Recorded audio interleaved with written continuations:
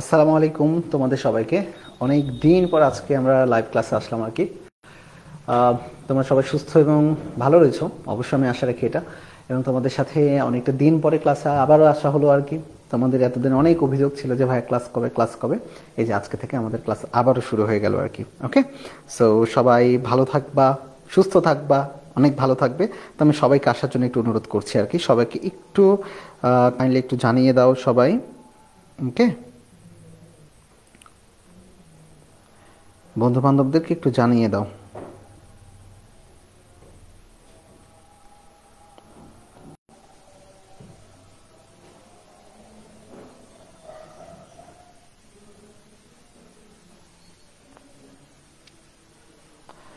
ওকে, এবং আমার কথা ঠিক মতো শোনা যাচ্ছে কিনা একটু কাইন্ডলি একটু কমেন্টে জানাও তো।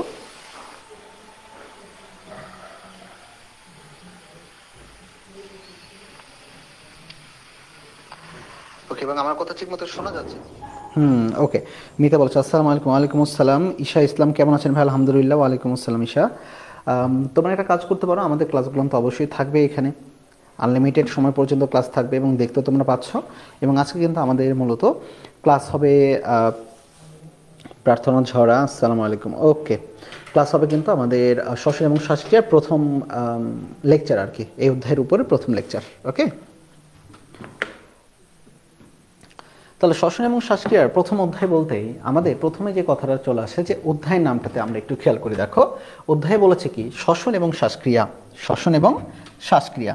তাহলে এখানে দুইটা শব্দ আমরা দেখতে পাচ্ছি, একটা শব্দকে বলা হচ্ছে শ্বসন এবং আরেকটা শব্দকে বলা হচ্ছে শ্বাসক্রিয়া। তাহলে প্রথম যে শব্দটা শ্বসন, এই শ্বসন মানেটা কি? এই শ্বসন মানে হচ্ছে রেসপিরেশন। এটা কিন্তু ইন্সপাইরেশন না বা এক্সপাইরেশন না, এটা হচ্ছে রেসপিরেশন। তাহলে রেসপিরেশন বলতে আমরা বুঝি মূলত শ্বসনকে। আর এই শ্বসন প্রক্রিয়াটাতে কি হয় বলো? এই শ্বসন প্রক্রিয়াতে কিন্তু আমরা কি একটা জৈব রাসায়নিক প্রক্রিয়া, যে প্রক্রিয়াতে আমরা অক্সিজেনের সহায়তায় কোষের মধ্যস্থ খাদ্যবস্তুকে জারিত করি বা পুড়ে ফেলি। জারিত করার ফলে সেখানে উৎপাদন হবে শক্তি, কার্বন ডাইঅক্সাইড এবং পানি। এটাকে বলা হচ্ছে শ্বসন প্রক্রিয়া। এবং শ্বসনকে যেহেতু রেসপিরেশন বলা হয়, তাহলে এই কি, এটা একটা জৈব রাসায়নিক প্রক্রিয়া, যে প্রক্রিয়াতে অক্সিজেনের সহায়তায় কোষ মধ্যস্থ খাদ্যবস্তুকে জারিত করে শক্তি, কার্বন ডাইঅক্সাইড এবং পানি উৎপাদন করা হয়, তাকে বলা হচ্ছে মূলত শ্বসন। তাহলে চারটা ভাগে ভাগ করলাম। একটা জৈব রাসায়নিক প্রক্রিয়া, ওকে, অক্সিজেনের সহায়তায় কোষ মধ্যস্থ খাদ্যবস্তুকে জারিত করা মানে পুড়িয়ে ফেলে কি কি এটিপি বা শক্তি, কার্বন ডাইঅক্সাইড এবং পানি উৎপাদন করলো, একে বলা হচ্ছে মূলত শ্বসন। ওকে, আশা রাখি তোমরা শ্বসনের সংজ্ঞাটা পেরেছো। এবং শ্বসন মূলত দুই প্রকার, একটাকে বলা হয় বহিঃশ্বসন আর একটাকে বলা হয় অন্তঃশ্বসন। যেটা বহিঃশ্বসন, নাম বহি হলেও এটা চলে কিন্তু ফুসফুসের ভেতরে, আর যেটা অন্তঃশ্বসন এটা চলে কোষের ভেতরে। তাহলে বলো তো, নাম বহি হওয়া মানেই কি এটা ফুসফুসের বাইরে হবে? না, নাম বহিঃশ্বসন, কিন্তু এটা চলে কার ভেতরে? ফুসফুসের ভেতরে। আর অন্তঃশ্বসন মানে ভেতরে চলবে, অন্ত মানে ভেতরে, কিন্তু এটা কার ভেতরে চলবে? ফুসফুসের ভেতরে নাকি কোষের ভেতরে? অবশ্যই জীবিত কোষের ভেতরে। আশা রাখি তোমরা এটা বুঝতে পেরেছো আর কি, তাই না? এতটুকু বোঝা গেছে কি? আচ্ছা, এবং এখানে আসো শ্বাসক্রিয়া। শ্বাসক্রিয়া বলতে আমরা খুব ভালোভাবে বুঝি, যে দেখো প্রশ্বাস বা ইন্সপিরেশন নিলাম, আর এটা কি নিঃশ্বাস বা এক্সপিরেশন করলাম বা এক্সহেল করলাম আর কি। এবং আমরা জানি আমাদের এই যে শ্বাসক্রিয়ার বা প্রশ্বাস বা নিঃশ্বাসের যে প্রধান অঙ্গ, সেটাকে বলা হচ্ছে ফুসফুস। এবং আমাদের ফুসফুস দুইটা, একটা ডান দিকে একটা বাম দিকে। ওকে, আচ্ছা ঠিক আছে, আমার মনে হয় যে তোমরা এটা বুঝতে পেরেছো সবকিছু। যে প্রধান অঙ্গ সেটাকে বলা।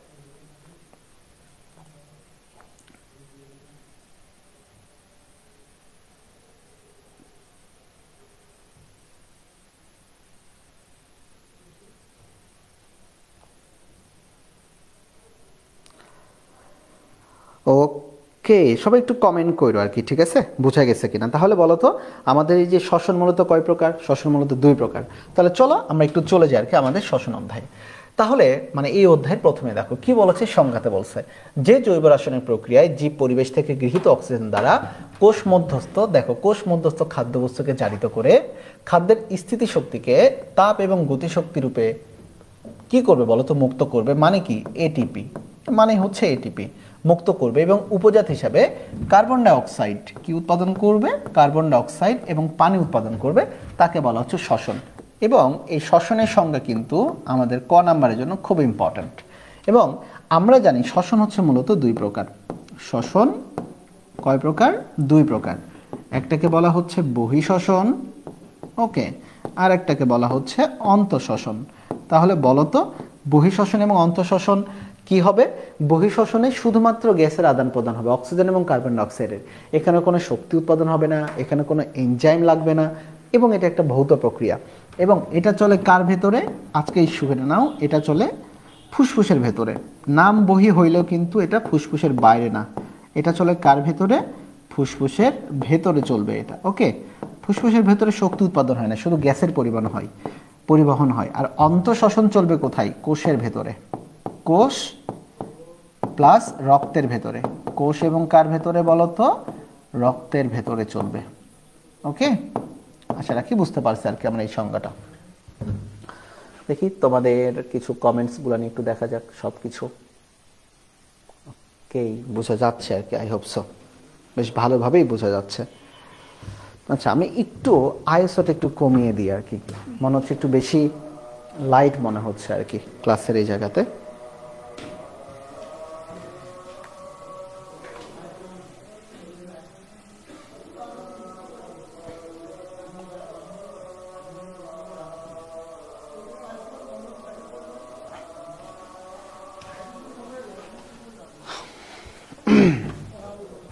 আচ্ছা, তাহলে দেখো এই জায়গাটাতে এর পাশাপাশি আর কি কি বলেছে? বিশেষ ধরনের জৈব রাসায়নিক প্রক্রিয়ায় যেখানে খাদ্যবস্তু জারণ ঘটে, সজীব কোষস্থ। কি অবস্থা কবি ভাই? আসেন, বসেন, ক্লাস নিচ্ছি এই আর কি। বসেন, বসলে বসেন, সমস্যা নেই। আসেন আসেন, ভেতরে তো আসেন নাই, চলে আসেন। আচ্ছা দেখো, সজীব কোষস্থ স্থিতিশক্তি তাপ এবং গতিশক্তিতে রূপান্তরিত এবং মুক্ত হয় এবং উপজাত পদার্থ এটা হয়। আর যে হোক, এখন দেখো এই যে এখানে বলা রয়েছে একটা বিক্রিয়া দেওয়া রয়েছে, তাই না? এটা হচ্ছে গ্লুকোজ। এর সাথে বিক্রিয়া করছে এনজাইম, উৎপাদন করছে দেখো কার্বন ডাইঅক্সাইড, পানি এবং 38 অণু এটিপি, ওকে, বা 686 কিলো ক্যালোরি শক্তি। আচ্ছা ওকে, আমি বুঝে ফেললাম আর কি এই জায়গাটাতে আর কি।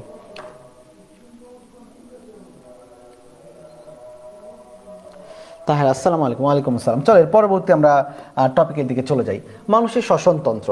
মানুষের শ্বসনতন্ত্রের একক হচ্ছে কি বলতো? শ্বসনতন্ত্রের এককটা হচ্ছে কিন্তু এই যে দেখো ফুসফুস, তোমরা দেখতেই পাচ্ছ এই ছবিটাতে একটা, আমরা দেখতে পাচ্ছি একটা ফুসফুস, কিন্তু একটা না দুইটা ফুসফুস। চলো রেসপিরেটরি সিস্টেমের দিকে চলে যাই। এটা হচ্ছে আমাদের শ্বসনতন্ত্র। এই শ্বসনতন্ত্রের সবচেয়ে গুরুত্বপূর্ণ যে অংশ সেটা হচ্ছে এই যে ফুসফুস বা লাংস, ফুসফুস বা লাংস। এবং লাংসের যেন সংখ্যা কয়টা? দুইটা। এটা হচ্ছে ডান ফুসফুস, এটা হচ্ছে বাম ফুসফুস। এবং মজার জিনিসটা হচ্ছে তোমরা এখানে দেখতে পাচ্ছ যে আমাদের ফুসফুসের অনেকগুলো পার্ট থাকে। এই যে এই অংশটা যেমন ট্র্যাকিয়া, দুইটা ভাগে ভাগ হয়ে গেল, সেটাকে বলা হচ্ছে ব্রঙ্কাস। এবং আমাদের ডান ফুসফুস যেটা, এটা কিন্তু আকারে বড়, তুমি দেখতে পাচ্ছ এটা আকারে বড়, আর বাম ফুসফুস আকারে ছোট। এবং ডান ফুসফুসের লোব হচ্ছে 3টা, বাম ফুসফুসের লোব বা খণ্ড হচ্ছে 2টা। এবং এইখানে একটু ব্যতিক্রম রয়েছে, এই যে 2টা ভাগে ভাগ হয়ে গেল এই অংশটাকে বলা হচ্ছে ব্রঙ্কাস, ওকে। এবং এই ব্রঙ্কাসের মধ্যে যেটা ডান ব্রঙ্কাস, এটা আকারে ছোট, কিন্তু বাম ব্রঙ্কাস আকারে বড়। তাহলে দেখো ফুসফুস হিসাবে ডান ফুসফুস বড়, কিন্তু ব্রঙ্কাস হিসাবে ডান ব্রঙ্কাস ছোট। ফুসফুস হিসাবে বাম ফুসফুস ছোট, কিন্তু ব্রঙ্কাস হিসাবে বাম ব্রঙ্কাসটা আবার বড়। অর্থাৎ ব্রঙ্কাস এবং ফুসফুসের আকার একে অপরের ব্যস্তানুপাতিক।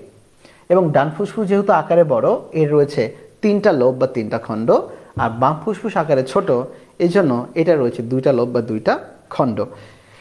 এবং আমাদের লাংসের সংখ্যা 2টা, ইতি কথা। এবং আমাদের এই যে ফুসফুস, এই ফুসফুসের অনেকগুলো অঞ্চল রয়েছে আর কি, ওকে। বায়ু গ্রহণ এবং বায়ু ত্যাগ অঞ্চল, বায়ু পরিবহন অঞ্চল এবং শ্বসন অঞ্চল। এই যে আমাদের যেটা দেখো বাতাস ঢুকতেছে, তার মানে যে ট্র্যাকিয়া অথবা ব্রঙ্কাস, এটা হচ্ছে শুধুমাত্র বায়ু গ্রহণ এবং বায়ু ত্যাগ অঞ্চল, ওকে। মানে এখানে কোনো গ্যাসের আদান প্রদান হয় না, ওকে। এখানে শুধুমাত্র অক্সিজেন এবং কার্বন ডাইঅক্সাইড যাচ্ছে আর আসতেছে। এরপরে দেখো বায়ু পরিবহন অঞ্চল। বায়ু পরিবহন অঞ্চলটা মূলত কি পর্যন্ত জানো? বায়ু পরিবহন অঞ্চলটা শুরু হয় আমাদের এই যে দেখো ট্র্যাকিয়া এবং আমাদের এই যে ব্রঙ্কাস, এই অংশ পর্যন্ত। তাহলে দেখো সবার শেষে থাকবে শ্বসন অঞ্চল। শ্বসন অঞ্চল মূলত গঠন হচ্ছে এই যে ফুসফুস দ্বারা। তাহলে 3টা অঞ্চল আমি একটু দেখে ফেলি। 3টা অঞ্চলের মধ্যে আমরা একটু চলে যাই, দেখি 3টা অঞ্চলের মধ্যে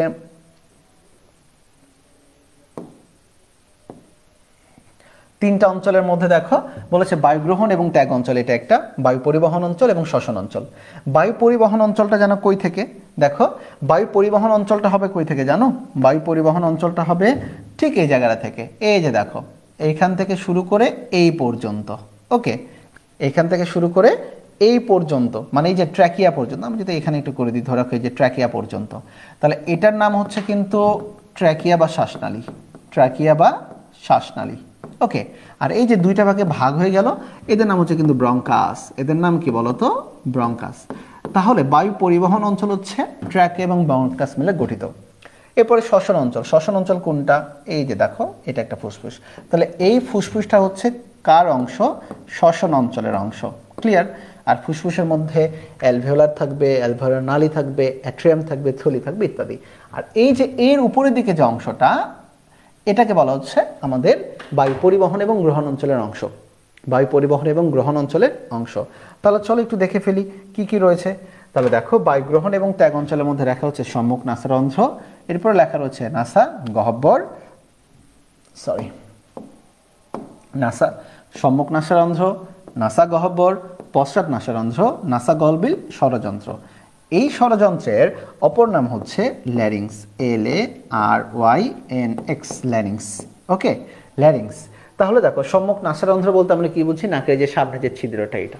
ওকে, এবং এদের মাঝখানে একটা পর্দা থাকে, ব্যবধাক থাকে, যাকে বলে নেজাল সেপ্টাম। এরপরে দেখো লেখা রয়েছে নাসা গহ্বর, মানে এই যে কানের মানে নাকের দুল পরে না এখানে থাকা অংশটা, সেটাকে বলা হচ্ছে নাসা গহ্বর। এবং নাসা গহ্বরের খুবই গুরুত্বপূর্ণ একটা জিনিস, এখানে থাকে একটা কোষ, মিউকাস কোষ, এবং থাকে অলফ্যাক্টরি কোষ। আর এই অলফ্যাক্টরি কোষের জন্যই আমরা ঘ্রাণ নিতে পারি। ক্লিয়ার? এরপরে থাকবে দেখো লেখা রয়েছে কি? পশ্চাৎ নাসারন্ধ্র। পশ্চাৎ নাসারন্ধ্রের একটা নাম হচ্ছে কোয়ানা।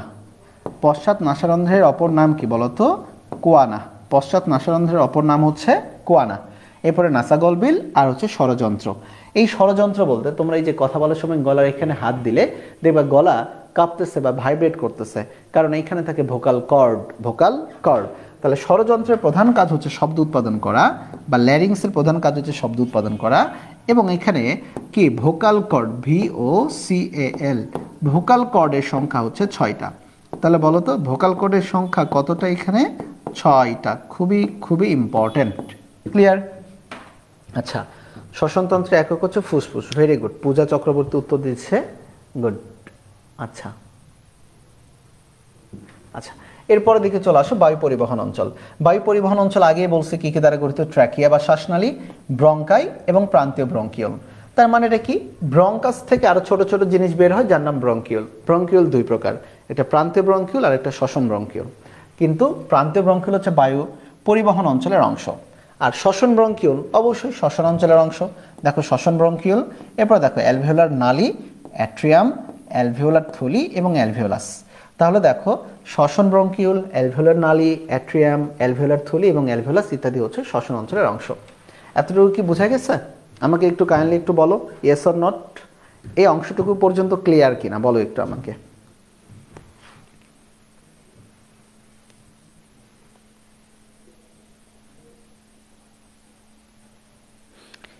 এই অংশটুকু পর্যন্ত ক্লিয়ার কিনা বলো একটু আমাকে।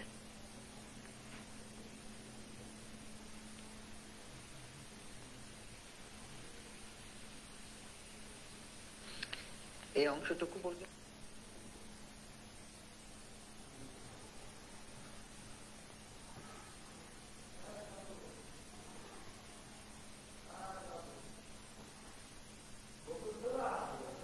আচ্ছা, মিতা বলছে ক্লিয়ার। ওকে, ভেরি গুড, এটা হচ্ছে ক্লিয়ার। ওকে, অ্যাবসলিউট রাইট। চলো ক্লিয়ার যেহেতু এর পরের দিকে আমরা পরের স্লাইডের দিকে যাই একটু। আচ্ছা, পরের স্লাইডের মধ্যে দেখো এই যে বায়ু গ্রহণ এবং ত্যাগ অঞ্চলের এখানে ব্যাখ্যা দিয়েছে, বায়ু গ্রহণ এবং ত্যাগ অঞ্চলের ব্যাখ্যা।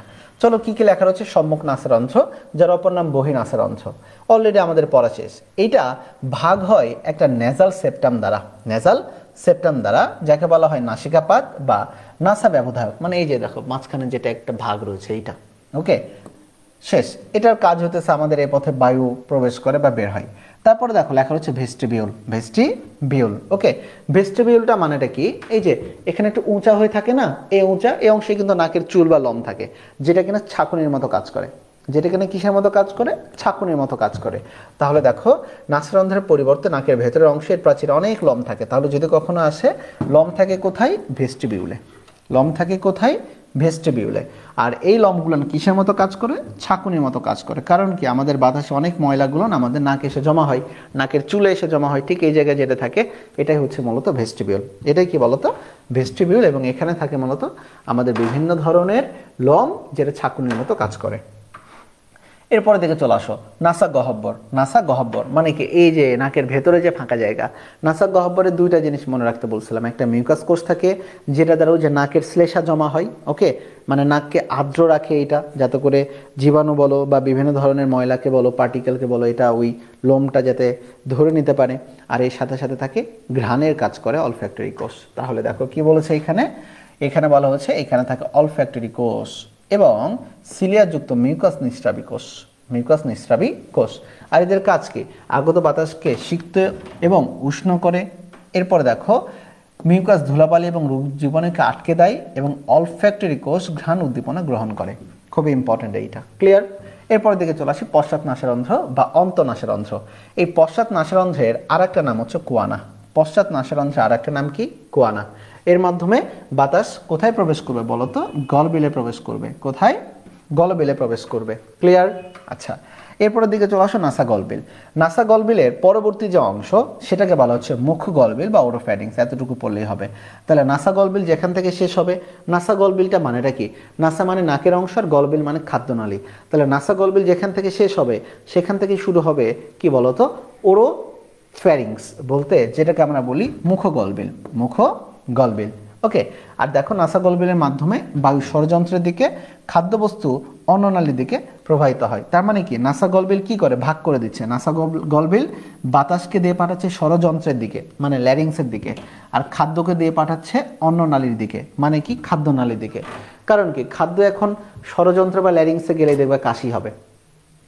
কারণ পানি খাওয়ার সময় পানি যদি কখনো শ্বাসনালীতে চলে যায় তখনই কিন্তু কাশি হয়, পানিকে যেতে হবে খাদ্যনালীতে। তো এই জন্যই খাদ্যবস্তু যাবে অন্ননালীতে আর বায়ু যাবে ষড়যন্ত্রের দিকে, ওকে। আচ্ছা, চলে আসি গুরুত্বপূর্ণ জিনিস, ষড়যন্ত্র বা ল্যারিংস, খুবই ইম্পর্ট্যান্ট।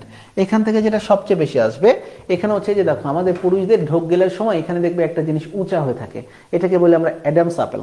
এটাকে আমরা কি বলি, অ্যাডামস আপেল বলি। এবং এটা হচ্ছে মূলত এক ধরনের তরুণাস্থি দ্বারা গঠিত, যেটাকে বলা হয় থাইরয়েড তরুণাস্থি। এবং আমরা যে কথা বলছি, কথা বলতে দেখো গলা কাঁপতেছে, কারণ এখানে থাকে একটা কর্ড যেটাকে বলা হয় ভোকাল কর্ড। আর ভোকাল কর্ডের সংখ্যা হচ্ছে 6টা, 6টা এবং 6টা, ভুল করা যাবে না এটা। আচ্ছা চলো, তাহলে কি বলছে, তরুণাস্থি দ্বারা বা কমলাস্থি দ্বারা গঠিত। এদের মধ্যে থাইরয়েড তরুণাস্থি সবচেয়ে বড় এবং একে অ্যাডামস অ্যাপেল বা কণ্ঠমণি বলে। পুরুষদের ক্ষেত্রে এটা বেশি বোঝা যায়, ক্লিয়ার। আচ্ছা ঠিক আছে, ষড়যন্ত্রের স্বর সৃষ্টি হয় এবং ষড়যন্ত্রের উপরে থাকে এপিগ্লোটিস, খুবই ইম্পর্টেন্ট। তাহলে ষড়যন্ত্রের উপরে কি থাকে, epiglottis, epiglottis, EPI জিএলও TIS, epiglottis মানে খেয়াল করে দেখো এটা হচ্ছে আমাদের কই থাকতেছে, ঠিক গলার এই জায়গাটা থাকতেছে, ওকে। কি থাকতেছে, ঠিক গলার এই জায়গাটা থাকবে হচ্ছে আমাদের এপিগ্লোটিস থাকবে, ক্লিয়ার। এরপরে দেখো ষড়যন্ত্রের অভ্যন্তরে 6টি স্থিতিস্থাপক স্বররজ্জু বা ভোকাল কর্ড থাকে, স্টার চিহ্ন দিলাম, ক্লিয়ার, স্টার চিহ্ন দিলাম।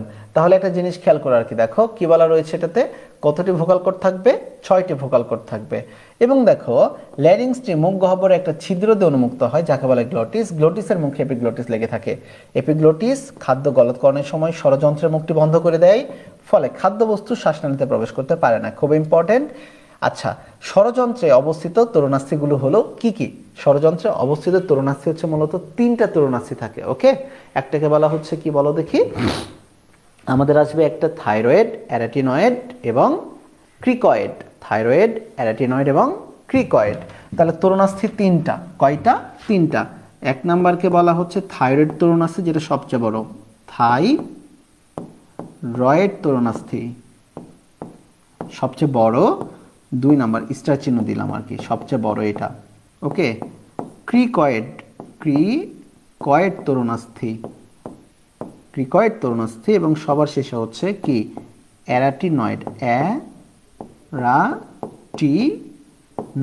তরুণাস্থি। অ্যারাকিনয়েড তরুণাস্থি। তাহলে কয়টা তরুণাস্থি থাকবে? 3টা তরুণাস্থি থাকবে। সবচেয়ে বড় হচ্ছে থাইরয়েড। ওকে, সবচেয়ে বড় কোনটা?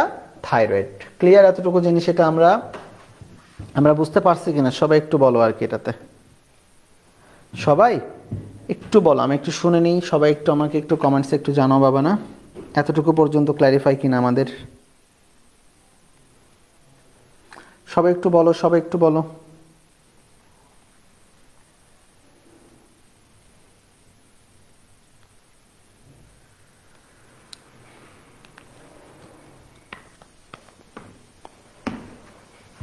বলো। আর আমাদের এই যে এপিগ্লোটিস, এই এপিগ্লোটিসকে বলা হচ্ছে উপজিহ্বা। এপিগ্লোটিসের বাংলা হচ্ছে কি বলতো?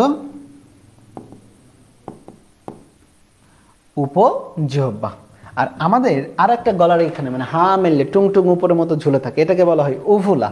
এটাকে বলা হচ্ছে UVULA, উভুলা, যার নাম হচ্ছে আলজিহ্বা। যেটা আমরা হা মেললে বুঝতে পারি, যেটা আমরা হা মেললে বুঝতে পারি সেটাকে বলা হচ্ছে উভুলা বা আলজিহ্বা। এই হা করলে বোঝা যাচ্ছে। ওকে। আর এপিগ্লোটিস মানে উপজিহ্বা। এপিগ্লোটিস মানে কি জিহ্বা? উপজিহ্বা। মিতা বলেছে ক্লিয়ার ক্লিয়ার ক্লিয়ার। ওকে, ভেরি গুড। আর বাকিগুলা বাচ্চা কাচ্চা বলো একটু। আচ্ছা, কাজ কি? টান টান অবস্থায় বাতাসের সাহায্যে স্বররঞ্জক কম্পিত হয়ে শব্দ সৃষ্টি করে, খাদ্য গলৎকরণের ক্ষেত্রে সহায়তা করে, স্বরযন্ত্র স্বর সৃষ্টি করে ইত্যাদি আর কি কাজ। ওকে, এরপরের দিকে আমরা চলে যাব বায়ু পরিবহন অঞ্চল, মানে 2 নম্বর অঞ্চলের দিকে। পরিবহন অঞ্চল আমরা জানি গঠিত হয় মূলত কি কি দ্বারা বলতো? পরিবহন অঞ্চল গঠিত হচ্ছে আমাদের ট্র্যাকিয়া বা শ্বাসনালী, এবং এর সাথে গঠিত হচ্ছে অবশ্যই ব্রঙ্কাস ও ব্রঙ্কিউল। ব্রঙ্কিউলের মধ্যে একটা, সেটা হচ্ছে প্রান্তীয় ব্রঙ্কিউল। ওকে, চলো দেখো ট্র্যাকিয়া বা শ্বাসনালী। প্রথমে বলেছে ট্র্যাকিয়ার অপর নাম হচ্ছে উইন্ড পাইপ। যেহেতু আমাদের এই যে ট্র্যাকিয়া, এই যে সামনে সামনে যেটা নলের মতো পাওয়া যায় না, এটাকে বলা হচ্ছে ট্র্যাকিয়া। ক্লিয়ার? Wind pipe. এটার দৈর্ঘ্য হচ্ছে 10 থেকে 12 সেন্টিমিটার, ব্যাস হচ্ছে 2 থেকে 2.5 সেন্টিমিটার, এবং এখানে 15 থেকে 20টা বা 16 থেকে 20টি, 16 থেকে 20টি এটা হচ্ছে আলিম স্যারের বইয়ের, আর 15 থেকে 20টি এটা হচ্ছে আজমল স্যারের বইয়ের। ওকে, আজমল স্যার, আলিম স্যারের বইয়ের। সি আকৃতির হায়ালিন তরুণাস্থি নির্মিত থাকে। মানে যে দেখো এগুলা কিন্তু দেখো শক্ত শক্ত না, এখানে তরুণাস্থি থাকে যাতে করে চুপসে না যায় আর কি। আচ্ছা, ওকে। এরপরে দেখো ট্র্যাকিয়ার অন্তঃপ্রাচীর শিলাযুক্ত মিউকাস আবরণী এবং বহিঃপ্রাচীর যোজক কলার আবরণী দ্বারা আবৃত থাকে। শ্বাসনালী চুপসে না যায় এর জন্য এখানে সহজেই বাতাস চলাচল করতে পারে, এই জন্য এখানে থাকে তরুণাস্থি। এবং তরুণাস্থির সংখ্যা কতটি বলতো? 15 থেকে 20টা। 15 থেকে কতটা? 20টা। এটা হচ্ছে তরুণাস্থির সংখ্যা। চলো, তরুণাস্থি নির্মিত হয়, ট্র্যাকিয়া চুপসে যায় না, এদের এখানে অন্তর্গত প্রবেশ করে, যে কাজের কথা এই জায়গায় হালকা পাতলা বলা হয়েছে আর কি, শ্বাসনালী নিয়ে আর কি। ওকে, চলো এর পরের দিকে চলে যাই। Bronchus, important. ব্রঙ্কাসকে বলা হয় ক্রমনালী। আর একটা ইম্পর্টেন্ট কথা, ব্রঙ্কাসকে কি বলা হচ্ছে? ক্রমনালী। কোনটা ব্রঙ্কাস? আমি একটু তোমাদেরকে আবার একটু দেখিয়ে দিই ব্রঙ্কাসটা কোনটা। দেখো তোমরা সবাই জানো যে এই যে দেখো তো, এই যে ফুসফুসটা এখানে 2টা ভাগে ভাগ হয়ে গেল, তাই না? একটা মানে ফুসফুস না, শ্বাসনালী। এটা তো আমাদের ট্র্যাকিয়া না, শ্বাসনালী। এই যে 2টা ভাগে ভাগ হয়ে গেল, এই 2টা ভাগকে বলা হচ্ছে ব্রঙ্কাস। তাহলে এটা হচ্ছে ডান ব্রঙ্কাস, ডান ব্রঙ্কাস। ওকে, আর এটা হচ্ছে আমাদের কোন ব্রঙ্কাস? বাম ব্রঙ্কাস। ডান ব্রঙ্কাস আর এটা হচ্ছে বাম ব্রঙ্কাস। ডান ব্রঙ্কাস আকারে ছোট, ডান ব্রঙ্কাস কি আকারে ছোট, আর বাম ব্রঙ্কাস হচ্ছে আকারে এটা হচ্ছে বড়, বিগ বস। ক্লিয়ার এতটুকু? কিন্তু ফুসফুসের কথা চিন্তা করলে ডান ফুসফুস কিন্তু আকারে বড়। ওকে, আর ব্রঙ্কাস কিন্তু আকারে ছোট, এটার বড়। ক্লিয়ার এতটুকু রে বাবা? আচ্ছা, তাহলে বলো ব্রঙ্কাস কয়টা? Primary bronchus. ব্রঙ্কাসের অনেকগুলো ভাগ রয়েছে, primary bronchus, secondary bronchus, tertiary bronchus. তাহলে যে হোক, এই যে ব্রঙ্কাসটা ঢুকে গেল, এটাকে একদিকে ডান ব্রঙ্কাস, একদিকে বাম ব্রঙ্কাস বলা হলো আর কি। ক্লিয়ার? চলো, আবার এই ব্রঙ্কাস থেকে পরবর্তীতে উৎপাদন হবে কি কি বলতো? ব্রঙ্কিউল ইত্যাদি আর অনেক কিছু আর কি উৎপাদন হবে। তাহলে দেখো, ব্রঙ্কাসের প্রদাহকে বলা হচ্ছে ব্রঙ্কাইটিস। আইটিস মানে কি? যে কোনো শব্দের শেষে ITIS, আইটিস মানে হচ্ছে প্রদাহ। যেমন অ্যাপেন্ডিক্সের প্রদাহকে বলা হবে অ্যাপেন্ডিসাইটিস, তাহলে আইটিস মানে প্রদাহ। একে ইংলিশ ডিজিজও বলা হয়। তাহলে ব্রঙ্কাসের অপর ডিজিজের নাম কি?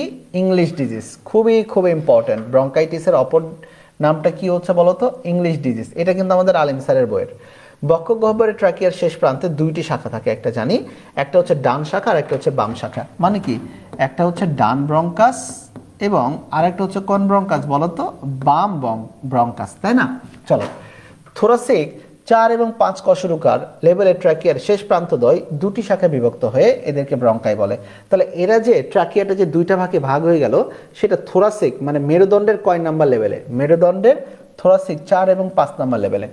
যে বিন্দুতে শ্বাসনালী ব্রঙ্কায় বিভক্ত হয় তাকে বলা হচ্ছে ক্যারিনা। খুবই ইম্পর্টেন্ট, যে বিন্দুতে শ্বাসনালী ব্রঙ্কায় বিভক্ত হয় তাকে বলা হচ্ছে নায়িকা ক্যারিনা। তাহলে চলো, ক্যারিনাটা কোনটা? এই যে এখানের দিকে একটু তাকাও, এইখানে তাকাও, এই যে দেখো এই পয়েন্টটাতে কিন্তু এটা দুই ভাগে বিভক্ত হয়েছে। তাহলে এই পয়েন্টের নামটাই হচ্ছে মূলত নায়িকা ক্যারিনা। এই পয়েন্টের নামটাই কি বলতো, নায়িকা ক্যারিনা, না এটা আমাদের। আচ্ছা, ওকে। বায়ু পরিবহন অঞ্চল ট্রাকিয়া ব্রঙ্কাস আর প্রান্তীয় bronchiole. Very good, trachea bronchus আর প্রান্তীয় ব্রঙ্কিউল। আচ্ছা, তোমরা কে কোথা থেকে ক্লাস করছো একটু বলো দেখি আমাকে, আমি একটু শুনি।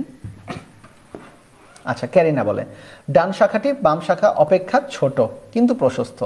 চলে আসে, মানে ডানটা ছোটই বলছে আর কি। ডান 3টি ভাগে বিভক্ত হয়ে ডান ফুসফুসের 3টি খণ্ডে প্রবেশ করে। ওই যে বললাম যে ডান ফুসফুসের খণ্ড 3টা, এই জন্য ডান ব্রঙ্কাসটি 3টা ভাগে বিভক্ত হয়ে ডান ফুসফুসের 3টা খণ্ডে প্রবেশ করবে। আর বাম যে ব্রঙ্কাসটি, এটা 2টা খণ্ডে বিভক্ত হয়ে আমাদের বাম ফুসফুসের 2টা খণ্ডে বা 2টা লোবে প্রবেশ করবে। ক্লিয়ার?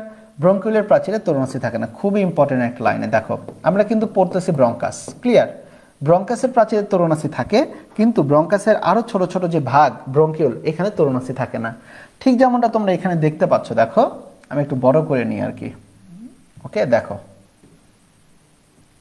বড় করে নিলে দেখো, এই যে এটা তো ব্রঙ্কাস আমাদের, তাই না? এই যে ব্রঙ্কাস, এই যে ব্রঙ্কাস, দেখো এখানে কিন্তু যে দেখো কালো কালো দাগমান তরুণাস্থি থাকতেছে, কিন্তু এদের ভেতরে এই যে দেখো এইখানে এইখানে এই যে এগুলা ব্রঙ্কাসের ছোট ছোট শাখা ব্রঙ্কিউল, এগুলা এখানে কিন্তু তরুণাস্থি থাকে না।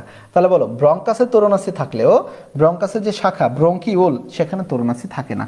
সেখানে কি তরুণাস্থি থাকে না, এই কথাটা এখানে কিন্তু বলা হয়েছে আর কি। চলো তাহলে দেখো, থাকে না। ব্রঙ্কাস এবং ব্রঙ্কিউল উভয় সিলিয়াযুক্ত স্তম্ভাকার এপিথেলিয়ামে আবৃত। তাহলে দেখো, ব্রঙ্কাস এবং ব্রঙ্কিউল এদের আবরণ কি আবরণ? Ciliated columnar epithelium. কলামনার মানে স্তম্ভাকার এপিথেলিয়াম। তাহলে ব্রঙ্কাস এবং ব্রঙ্কিউলের ভেতরে যে লেয়ার, এটা হচ্ছে কি লেয়ার বলো তো? এই লেয়ারের নামটা হচ্ছে কিন্তু কলামনার এপিথেলিয়াম। আমাকে কেউ বলতে পারবা অ্যালভিওলাসের লেয়ারের নাম কি? VEOLUS। অ্যালভিওলাসের যে লেয়ার, সেটা কোন ধরনের এপিথেলিয়াম? সেটা হচ্ছে squamous epithelium. Squamous epithelium. Squamous শব্দের অর্থ আঁইশ আকৃতির, আঁইশের মতো। এপিথেলিয়াম। তাহলে বলো যে আমাদের দেখো ব্রঙ্কাস বা ব্রঙ্কিউলের যে আবরণ, ওই আবরণটা কিন্তু কলামনার এপিথেলিয়াম বা স্তম্ভাকার এপিথেলিয়াম। বাট ফুসফুসের কার্যকরী এককের নাম তো আমরা জানি অ্যালভিওলাস। তাহলে অ্যালভিওলাস কোন ধরনের epithelium? Squamous epithelium. Clear? Alveolus কোন ধরনের এপিথেলিয়াম?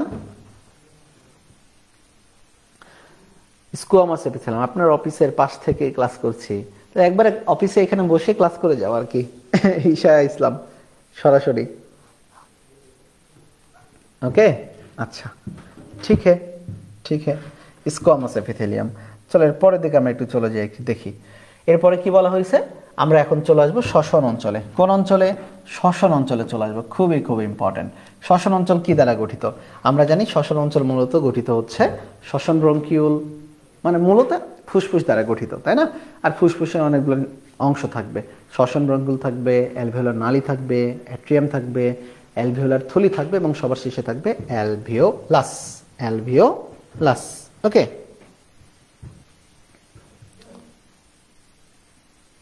সবার শেষে থাকবে অ্যালভিওলাস। অ্যালভিওলার থলি থাকবে এবং সবার শেষে থাকবে অ্যালভিওলাস।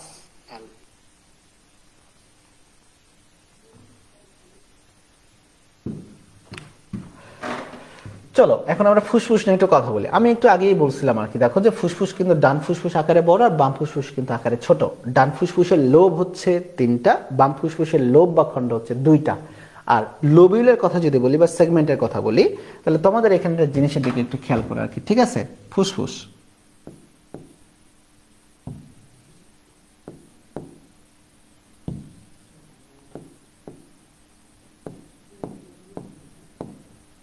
ফুসফুস, ফুসফুস থেকে চলে যাব লোবে, লোব থেকে চলে যাব লোবিউলে,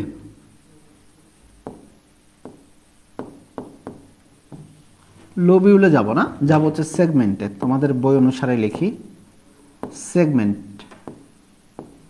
সেগমেন্ট থেকে চলে যাব লোবিউলে, আর লোবিউলে লাস্টে যেটা আসবে সেটা হচ্ছে অ্যালভিওলাস।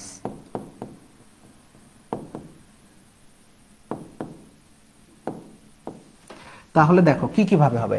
ফুসফুস, ফুসফুসের একটু ছোট হলে সেটাকে বলা হবে লোব, লোব থেকে একটু ছোট বলা হলে তাকে বলা হবে সেগমেন্ট, সেগমেন্ট থেকে আরেকটু ছোট দিলে চলে যাব লোবিউল, লোবিউল থেকে আরো ছোটতে চলে আসবো অ্যালভিওলাস। তাহলে ফুসফুসের কার্যকরী একককে বলা হচ্ছে অ্যালভিওলাস। ক্লিয়ার? যেমন ফুসফুস হচ্ছে দুইটা, ক্লিয়ার? আর লোব, ডান ফুসফুসের লোব হচ্ছে তিনটা, বাম ফুসফুসের লোব হচ্ছে দুইটা। সেগমেন্ট, ডান ফুসফুসের সেগমেন্ট হচ্ছে 10টা, বাম ফুসফুসের সেগমেন্ট হচ্ছে 8টা।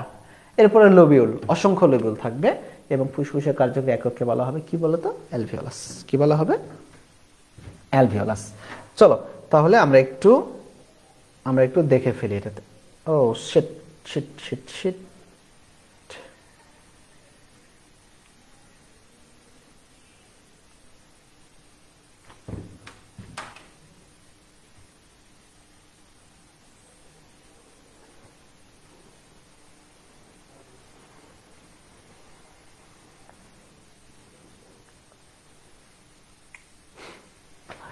আমি তো স্লাইডটা মিস করে ফেলেছি রে বাবুরা, স্লাইডটা আমি মিস করে ফেলেছি। স্লাইড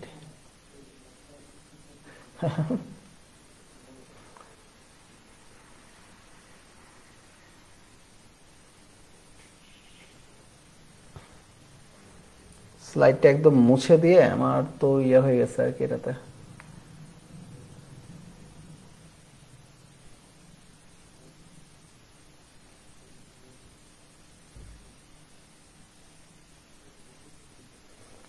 পরিষ্কার করে দিচ্ছে ওইটাতে আর হয়ে গেছে ঝামেলা।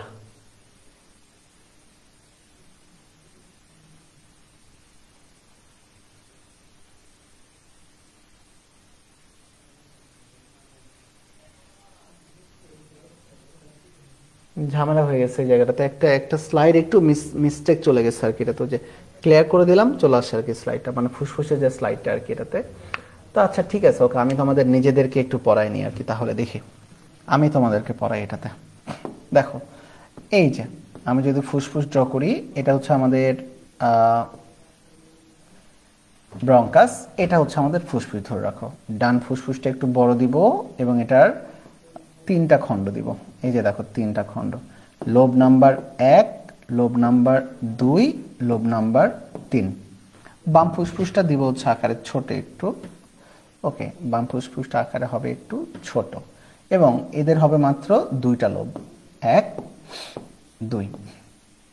এখন আমরা জানি যে ফুসফুসের ক্ষেত্রে আমরা কি জানি যে ডান ফুসফুসটা আকারে বড়, বাম ফুসফুসটা আকারে ছোট। ডান ফুসফুসের লোব কয়টা বলতো? 3টা, আর বাম ফুসফুসের লোব হচ্ছে 2টা। আর এই যে লাইনগুলোর দ্বারা তোমরা দেখতে পাচ্ছ, এই যে লাইনগুলোর দ্বারা যে তারা বিভক্ত হয়ে যাচ্ছে, এই লাইনগুলোকে বলা হয় কি জানো? এই লাইনগুলোকে বলা হয় ফিশার। এই লাইনগুলোকে বলা হয় ফিশার, FISSURE। লাইনগুলোকে বলা হয় কি বলতো? ফিশার। তাহলে তুমি বলতো ডান ফুসফুসের ফিশার কয়টা? ডান ফুসফুসের ফিশার হচ্ছে 2টা, এজন্য ডান ফুসফুস 3টা ভাগে বিভক্ত। আর বাম ফুসফুসের ফিশার বা আইল হচ্ছে কয়টা? 1টা, এজন্য এটা কয়টা ভাগে বিভক্ত? 2টা ভাগে বিভক্ত। তাহলে ফিশার যদি 2টা হয় তাহলে ভাগ 3টা, আইল যদি বা ফিশার যদি 1টা হয় তাহলে ভাগ হচ্ছে 2টা। ক্লিয়ার এতটুকু জিনিস? এবং ডান ফুসফুসের ওজন বেশি, বাম ফুসফুসের ওজন কম। ওকে, এতটুকু কি বোঝা গেছে এই জায়গাটাতে? আচ্ছা ঠিক আছে, এরপরের দিকে আমরা যে স্লাইডের দিকে একটু যাব, সেটা হচ্ছে দেখো লেখা রয়েছে কি, প্রতিটি ফুসফুসের যে স্থান দিয়ে ক্রোমোনালী বা ব্রঙ্কাই, ওই যে ব্রঙ্কাই, ঠিক আছে, ব্রঙ্কাই মানে কি ব্রঙ্কাসটা ঢুকে যাচ্ছে, রক্তনালী এবং লসিকানালী প্রবেশ করে, তাকে বলা হচ্ছে হাইলাম। তাহলে হাইলাম মানে হচ্ছে বোটা। অর্থাৎ আমি সহজ ভাষায় বলতে পারি, ফুসফুস এই যে দেখো, এই যে এখানে খেয়াল করে দেখো, এখানে খেয়াল করে দেখো একটু এই জায়গাটাতে দেখো, এই যে দেখো ফুসফুসে ব্রঙ্কাস যে অংশটা দিয়ে ফুসফুসে প্রবেশ করছে, এই অংশটার নামটা হচ্ছে হাইলাম, অর্থাৎ হাইলাম মানে হচ্ছে বোটার মতো জিনিস যেটা দ্বারা ফুসফুস ঝুলে থাকে। আর এই যে প্রবেশ যে পথ হাইলাম, এই হাইলাম দিয়ে কিছু জিনিস ঢুকবে ফুসফুসে, কিছু জিনিস বের হয়ে যাবে। ঢোকার মধ্যে কি থাকবে? ধমনী এবং স্নায়ু। তাহলে হাইলাম দিয়ে ঢুকবে, এটা তো ব্রঙ্কাস, এটা তো ঢুকবেই। এর সাথে সাথে কি ঢুকবে বলো তো? ধমনী এবং স্নায়ু। আর ফুসফুস থেকে কিছু জিনিস বের হয়ে যাবে এই হাইলাম দিয়ে, সেটা হচ্ছে শিরা এবং লসিকা নালী। শিরা এবং লসিকা নালী। ওকে, তাহলে হাইলাম কি শুধুমাত্র ফুসফুসে থাকে? মনে রাখবা হাইলাম আরও একটা অংশে থাকে, লিখে রাখতে পারো। হাইলাম থাকে কিডনিতে। তাহলে হাইলাম থাকে কোথায়? কিডনিতে।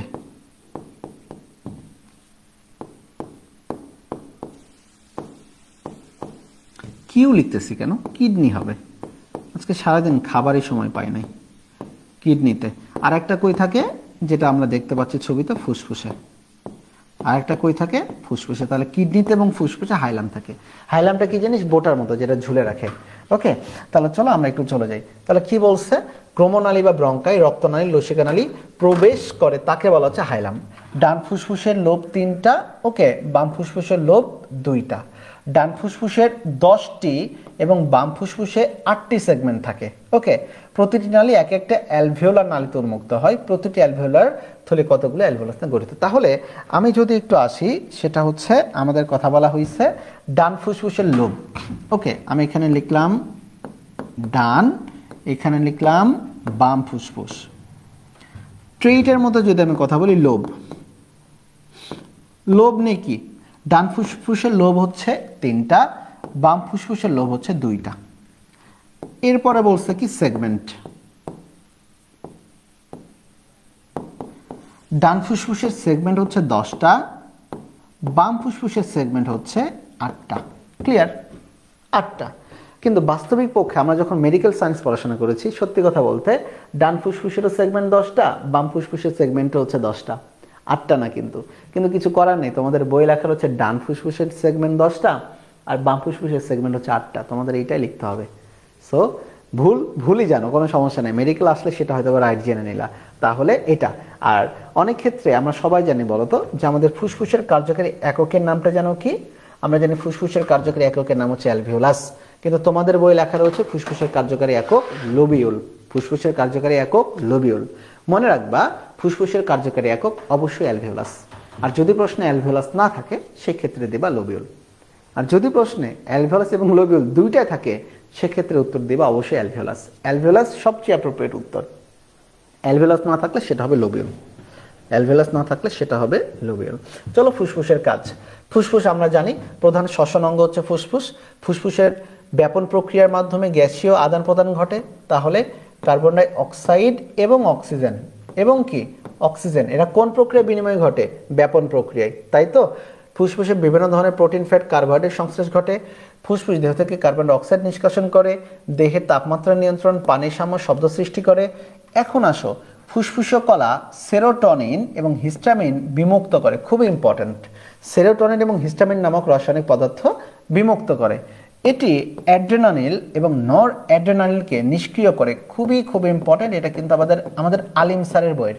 অ্যাড্রেনালিন এবং নন অ্যাড্রেনালিনকে কি করে? নিষ্ক্রিয় করে। এটি ইমিউনোগ্লোবিন ক্ষরণ করে। ইমিউনোগ্লোবিন মানে কি জানো? অ্যান্টিবডি। লিখে দিলাম, ইমিউনোগ্লোবিন মানে অ্যান্টিবডি, যেটা কিনা রোগ প্রতিরোধ ক্ষমতাতে কাজ করে, অ্যান্টিবডি। এবং অ্যাঞ্জিওটেনসিন 1কে অ্যাঞ্জিওটেনসিন 2তে রূপান্তরিত করে। চলে আসি, ফুসফুস হলো মানে ফুসফুস কলা মানে ফুসফুসের যে কোষ, এটা ব্র্যাডিকিনিন এবং প্রোস্টাগ্ল্যান্ডিন সংশ্লেষ করে এবং দেহ থেকে অপসারণ করে। আর একটা এক্সট্রা তথ্য, নিঃশ্বাসের মাধ্যমে ফুসফুস যে নিঃশ্বাস রয়েছে, নিঃশ্বাসের মাধ্যমে ফুসফুস প্রত্যেক দিন 400 থেকে 600 ml পানি বডি থেকে বের করে দেয়, পানি অপসারিত করে।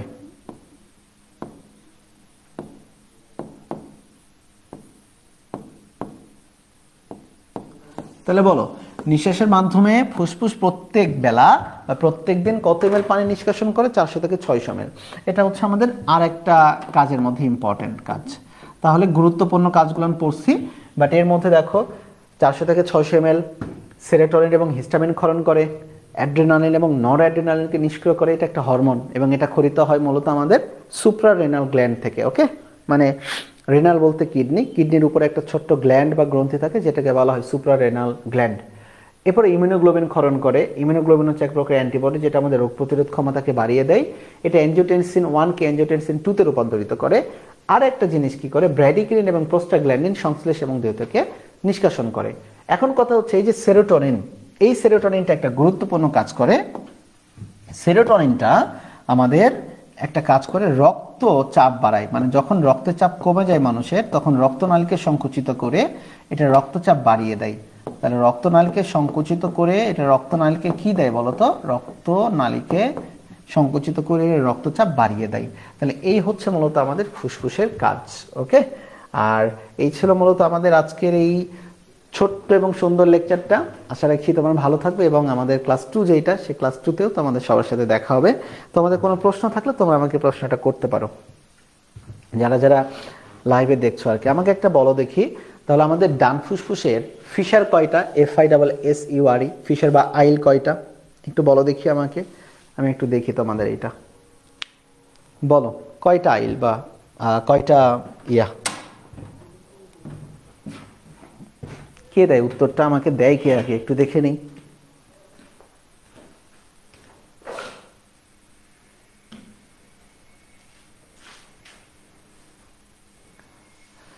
কে দিচ্ছে আমাদের উত্তরটা, কে দেয় আমাদের এই উত্তর?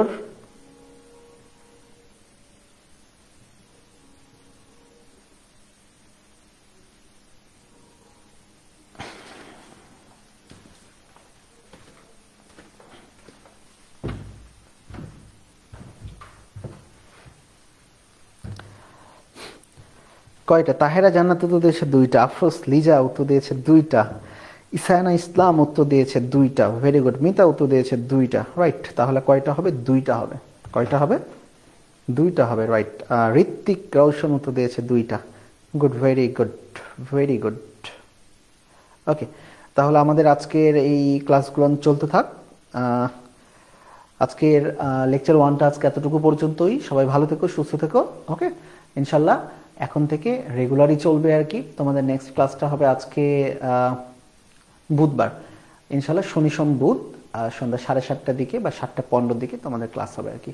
বাট একটা ফিক্সড টাইমে করে দিই, ওটা 7:30টায় থাকা আর কি। ওকে, শনি সোম বুধে 7:30টার দিকে তোমাদের ক্লাসটা, বা 7:15 জানিয়ে দিব নি আর কি। আচ্ছা, 7:15 থেকে 7:30টার মধ্যে ক্লাস শুরু হবে।